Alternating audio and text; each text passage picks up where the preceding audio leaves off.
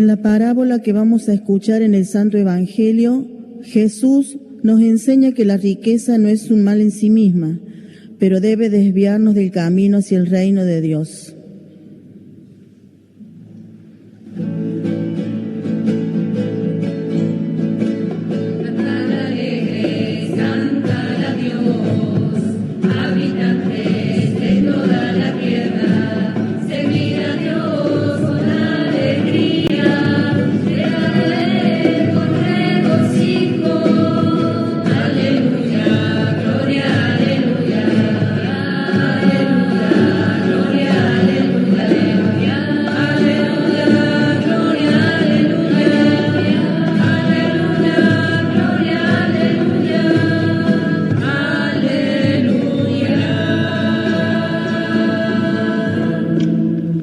El Señor esté con ustedes.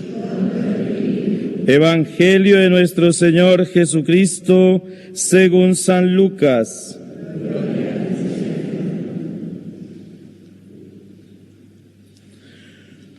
Uno de la multitud dijo al Señor: Maestro, dile a mi hermano que comparta conmigo la herencia. Jesús le respondió: Amigo, ¿quién me ha constituido juez o árbitro entre ustedes? Después les dijo: Cuídense de toda avaricia, porque aun en medio de la abundancia, la vida de un hombre no está asegurada por sus riquezas. Les dijo entonces una parábola. Había un hombre rico, cuyas tierras habían producido mucho, y se preguntaba a sí mismo: ¿qué voy a hacer? No tengo dónde guardar mi cosecha. Después pensó: voy a hacer esto: demoleré mis graneros, construiré otros más grandes, y amontonaré allí todo mi trigo y mis bienes, y diré a mi alma: alma mía, tienes bienes almacenados para muchos años. Descansa, come, bebe y date buena vida. Pero Dios le dijo: insensato, esta misma noche vas a morir. ¿Y para quién será lo que has amontonado? Esto es lo que sucede al que acumula riquezas para sí y no es rico a los ojos de Dios. Palabra del Señor.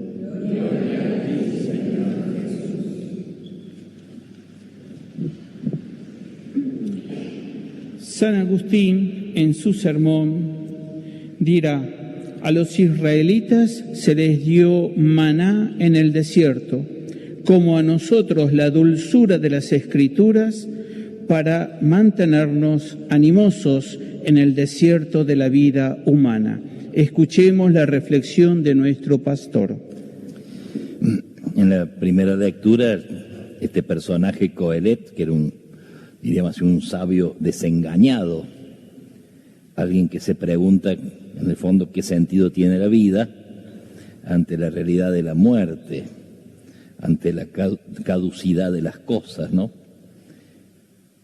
El paso de esta vida, que algunos lo definen, la palabra de Dios, como la niebla del alba disuelta por el sol, como una nubecilla barrida por el viento, como una gota de rocío que se evapora con el primer calor, o como la huella de una nave en el mar, es decir, algo pasajero, ¿no?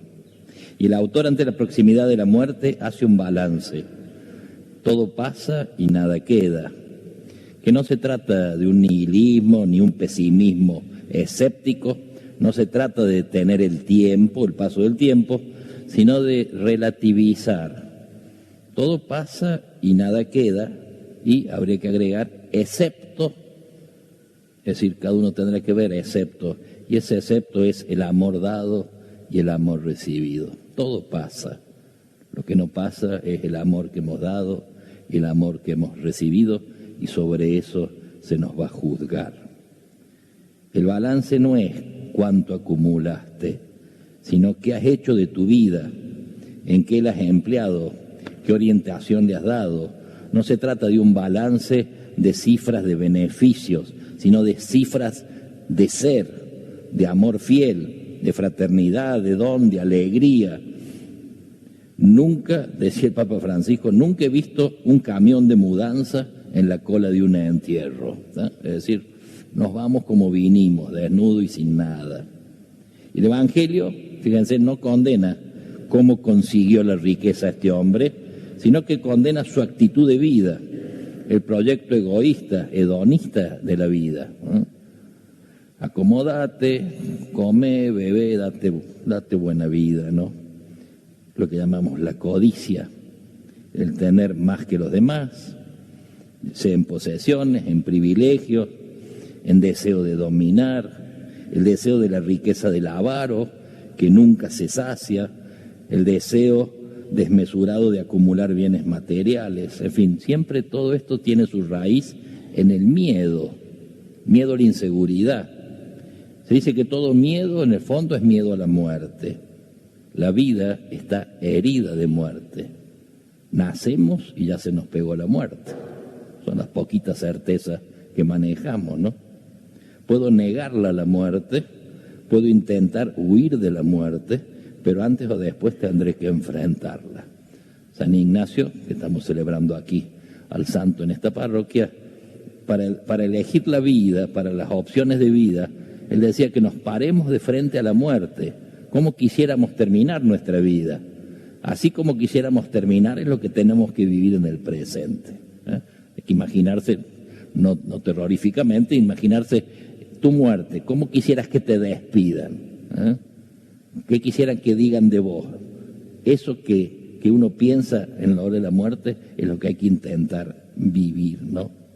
A nivel de los poderosos también nos viene bien, en este sentido de este acumular riqueza y esto del manejo de las cosas mal, nos viene bien aquel monólogo de Segismundo de La vida y sueño de Calderón de la Barca. Dice, qué soberbia vas mostrando sin saber que estás soñando, ¿no? Hoy le vendría bien también a nosotros, hombres de iglesia, ¿no? Pero también en el mundo lo vemos casi descaradamente, ¿no? Sueña el rey que es rey, decía Calderón de la Barca, y vive con este engaño mandando, disponiendo y gobernando, y este aplauso que recibe prestado en el viento escribe, y en cenizas lo convierte la muerte, desdicha fuerte. Que hay quien intente reinar viendo que ha de despertar en el sueño de la muerte, que es la vida una ilusión, una sombra, una ficción, y todo el bien es pequeño, que toda la vida es sueño, y los sueños, sueños son, decía, ¿no? En fin, esta sabiduría, no dejes para mañana, solemos decir popularmente, ¿no? No dejes para mañana lo que puedes hacer hoy. El mañana no nos pertenece, hay que vivir el hoy, ¿no? Y muchas veces justamente postergamos para mañana cosas que tenemos que hacer hoy, ¿visto? Y a veces capaz que nos sorprende la muerte. San Ignacio decía, ¿quién te promete una hora de vida? Decía San Ignacio. Como que hay cosas que hay que intentar vivirlas hoy, ¿no? Interesante. Lo del Papa, el afán de poder y de tener no tiene límite, decía el Francisco, ¿no?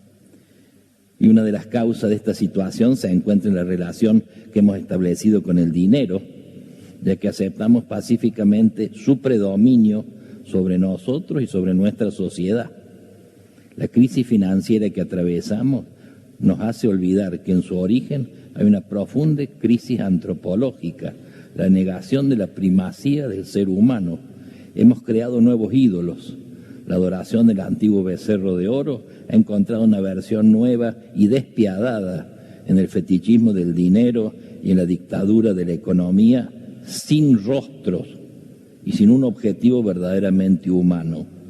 La crisis mundial que afecta a la finanza y a la economía pone de manifiesto sus desequilibrios y sobre todo la grave carencia de su orientación antropológica que reduce al ser humano a una sola cosa de necesidades, que es el consumo, ¿no? Por eso hoy podemos decir, hoy Señor te sigo, hoy doy el paso que necesito dar. no mañana. Hoy comienzo el perdón que vengo postergando hace años. Hoy comienzo a ayudar al pariente que está pasando un mal momento, que la disimula, pero que yo sé que anda mal. Hoy me acerco por primera vez a ese hospital que queda al frente de casa y que 1000 veces estuve por entrar. Quizás hoy sea el momento de entrar a ese asilo de ancianos que queda frente a casa, aunque sea para saber qué rostros tienen mis vecinos y si nos animamos a más, a conocer su nombre y así saber que 20 minutos semanales de poner un oído a un viejito, o a un niño, o a un enfermo, puede abrir horizontes inmensos de caridad. Hoy, mañana no sé si va a haber. En cambio el hoy es seguro, mañana no lo sé. El poeta lo dice hermosamente. ¿Cuántas veces el ángel me decía, alma, asómate a la ventana, verás con cuánto amor llamar porfía, Dios, y cuántas hermosuras soberanas mañana le abriremos para lo mismo responder mañana, ¿no? Como ir postergando para un mañana que no sabemos si es nuestro. Y lo hemos tenido tantas veces al Señor frente a la puerta de casa bajo la lluvia o la nieve esperando, bajo la forma que sea, bajo la forma de un perdón, bajo la forma de una reconciliación, bajo la forma de un rostro de pobre muy concreto, bajo la forma de un marido que necesita que se lo escuche más y se lo consuele, bajo la forma de una esposa que está muy sola y necesita que se la cobije y se le dé fortaleza, bajo la forma de hijos indefensos que aunque disimulan con sus rebeldías, por dentro flaquean porque necesitan un palenque al cual arrimarse. Hoy, porque el mañana quizás no exista.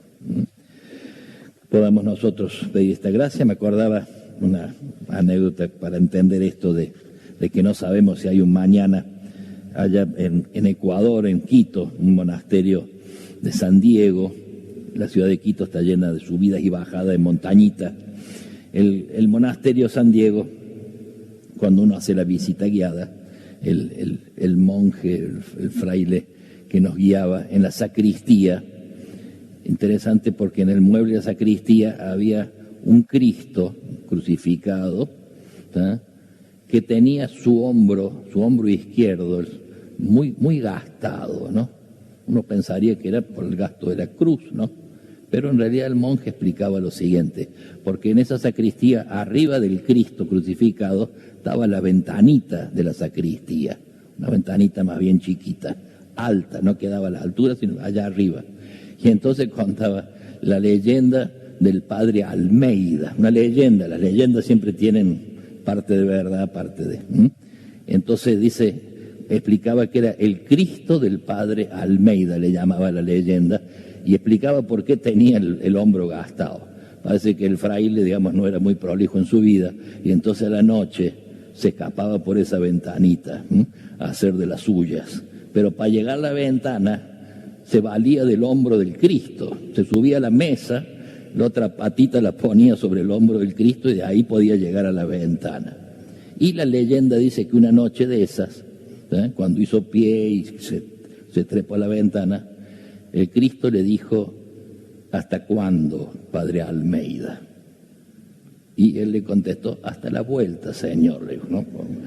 Medio burlonamente. Salió a las calles, callecitas de noche, 2, 3 de la mañana, ahí de esa Quito antigua, hermosa, y justo cruza frente a él un entierro. El entierro en Ecuador, las familias más sencillas no lo llevan en esos autos monstruosos nuestros, negros y todo largo, sino que lo llevan a hombro al cementerio. Los parientes llevan a hombro el cajón. Pasó frente a él un entierro y entonces él preguntó ¿quién se murió? Y la gente le dijo, estamos enterrando al padre Almeida. Era él, ¿no? Y entonces se quedó helado, como diciendo, la leyenda dice que frente a eso el padre Almeida volvió a entrar por la ventanita y ya no volvió a salir más, ¿no? de tal manera que cuando visitábamos el cementerio, ahí está la lápida, aquí descansa el padre Almeida, y dicen que murió santamente penitenciando sus rajes por la ventanita.